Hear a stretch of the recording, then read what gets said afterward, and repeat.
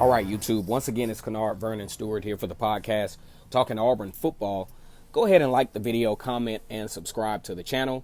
And as always, it's great to be an Auburn Tiger, War Eagle. Looking back on the 2019 football season, I thought Auburn played incredible on defense, especially upping the level of play at the line of scrimmage. You talk about Derek Brown, Marlon Davidson, Tyrone Truesdale, Cornelius Miller. All of those guys stepped up to the plate and really made some huge things happen for Auburn. Now, we look at Kevin Steele. He set some goals at the beginning of the season, said, hey, he only wants to allow 3.3 yards rushing per game, per carry.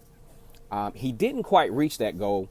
Actually, Auburn finished up with giving up 3.5 yards per running play, but that's a huge difference between the 3.7 that was given up the year prior. Now, a lot of folks may say, okay, that's not a big difference, but no, those 0.2 yards accounts for yards that are, say, 10 yards given or beyond the big plays. Auburn didn't give up as many big plays in the running game as they did the year prior. Also, another area where I think Auburn improved was also the first downs. If you look at, say, games like Georgia, three and outs against a pretty decent football team offensively. They were actually really good on defense, but Georgia had the capability of really making some things happen on offense, but really couldn't get things moving because of the level of play defensively that Auburn had. So the question is asked, so what made Auburn so much different on defense in 2019 than they were in 2018? Well, number one, Marlon Davidson and Derek Brown just upped their level of play, just period. That's a given, point blank fact. They just upped their level of play. Matter of fact, they played rock, paper, scissors as to who's going to be the defensive player of the week for the SEC. They did that about 7 times this year. So that's not up for debate.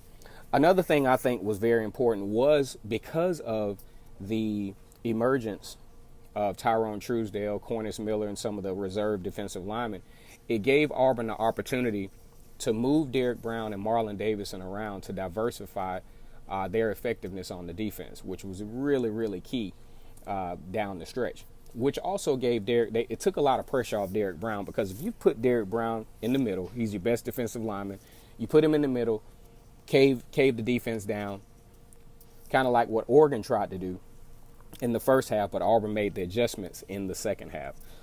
Also, this is the main thing that helped Auburn out on defense, was the fact that over the past few years, Auburn has done its due diligence recruiting-wise and recruiting a lot more athletic linebackers, a lot more linebackers with a lot more speed, a lot more range.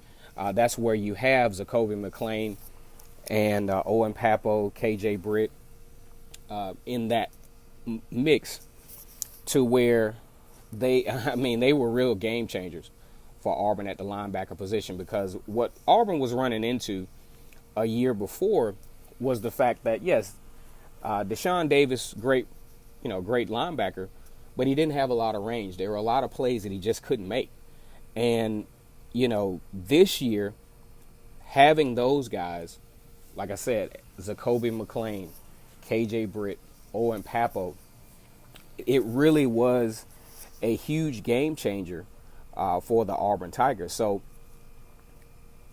one thing you notice is that running backs weren't able to hit the edge the way they were a year prior. Huge deal for the Tigers. I think going into this year, the linebacker play is really going to be important, because first of all, you're having to replace an entire, basically the meat of the defensive line, with Marlon Davidson and Derek Brown being gone.